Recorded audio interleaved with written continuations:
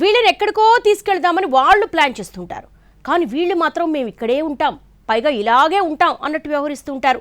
Plan చేస్తాం, అందలం ఎక్కిస్తామని అంటున్నా అలా ఎక్కాలన్నా ఎంతో కొంత కష్టపడాలి కదా. ఆ కష్టం కూడా మా వల్ల కాదంటున్నారు. మాలో మేము తన్నుకుంటూ గుద్దుకుంటూ ఇలాగే టైంపాస్ చేస్తాం తప్ప నెక్స్ట్ లెవెల్ ట్రై చేసే ప్రసక్తే లేదు అన్నట్టుగా ఉంటారు. ఇంతకీ వాళ్ళెవరు, వీళ్ళెవరు, ఏ పార్టీలో ఉందా సిచ్యువేషన్? అక్కడ ఆ నేతలు చెమటోడుస్తున్నారు. బీజేపీ అగ్రనేతలంతా పశ్చిమ బెంగాల్లో వాలిపోయి పార్టీకి పవర్ కోసం ప్లాన్ చేస్తున్నారు. కాలికి బలపం కట్టుకుని తిరిగారు. అదంతా కేవలం పార్టీ కోసమే. అధికారం కలగా మిగిలిపోయిన రాష్ట్రంలో పార్టీని పవర్లోకి తీసుకురావడమే ఏకైక లక్ష్యంగా మోడీ, అమిత్ షా నుంచి పార్టీ ముఖ్య నేతలంతా బెంగాల్ బాట పట్టారు. అది డిఫరెంట్ స్టోరీ. కానీ దాంతో లింకు పెట్టి చూస్తూ తెలంగాణ బీజేపీ నేతల తీరుడు సొంత పార్టీ కేడర్ ఎండగడుతోంది.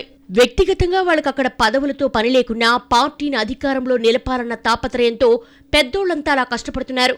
కానీ ఇక్కడ తెలంగాణలో పార్టీని నిలిపి గెలిపిస్తే ముఖ్యమంత్రి నుంచి మంత్రి పదవుల దాకా వీళ్లకే కదా వస్తాయి. అయినా సరే రాష్ట్ర బీజేపీ నాయకులు ఎందుకు నిర్లిప్తంగా ఉంటున్నారు, కనీస యాక్టివిటీ కూడా ఎందుకు ఉండటం లేదని కార్యకర్తలు, ద్వితీయ శ్రేణి నాయకుల్లో చర్చ నడుస్తోంది. పైగా ఎవరికి వారే యమునా తీరే అన్నట్టుగా వ్యవహరిస్తున్నారంటూ మండిపడుతున్నారు. ఇక్కడ పార్టీని గెలిపిస్తే తమకు పదవులు వస్తాయని తెలిసి కూడా ఇగోకు పోతూ ఉన్న అవకాశాలను కూడా ఉపయోగించుకోవడం లేదని అంటున్నారు. దేశంలో ఎక్కడ ఎన్నికలు జరిగినా కమలంలోని పెద్దలు అక్కడ వాలిపోతారు. గెలుపు కోసం విస్తృత ప్రచారం చేస్తారు. అక్కడి కేడర్లో భరోసా నింపే ప్రయత్నం చేస్తారు. ఆ రూపంలో పార్టీ కూపొస్తుంది. ప్రస్తుతం పశ్చిమ బెంగాల్ ఎన్నికల్లో జరుగుతోంది కూడా ఇదే. ప్రధాని మోడీ, కేంద్ర హోంమంత్రి అమిత్ షా బెంగాల్లో గెలుపును అత్యంత ప్రతిష్టాత్మకంగా తీసుకుని విస్తృత ప్రచారం చేస్తున్నారు. ఇంకా చెప్పాలంటే చెప్పులు అరిగేలా తిరుగుతున్నారని చెప్పొచ్చు. బీజేపీకి చెందిన మిగతా అగ్రనాయకులు కూడా అదే స్థాయి ఫోకస్ పెట్టారు. సరిగ్గా ఈ పాయింట్నే లేవనెత్తుతూ తెలంగాణ బీజేపీ నాయకులు వాళ్లను చూసి ఎప్పుడు నేర్చుకుంటారంటూ డిస్కస్ చేసుకుంటున్నారు.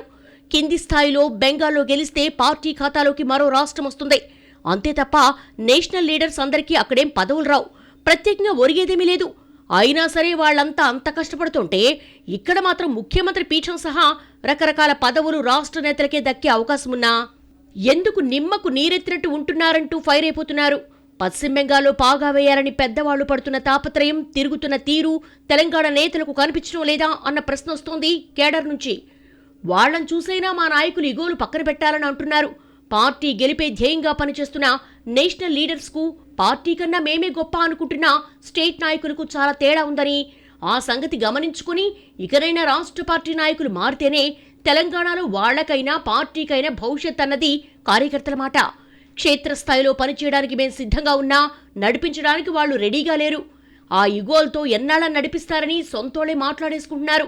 మారండయ్యా, మారండి, ఇకనైనా మారిపోండయ్యా, పై వాళ్లను చూసి నేర్చుకోండయ్యా అంటున్న తెలంగాణ బీజేపీ కార్యకర్తల మాటను రాష్ట్ర నాయకులు ఎంతవరకు పరిగణలోకి తీసుకుంటారో చూడాలి.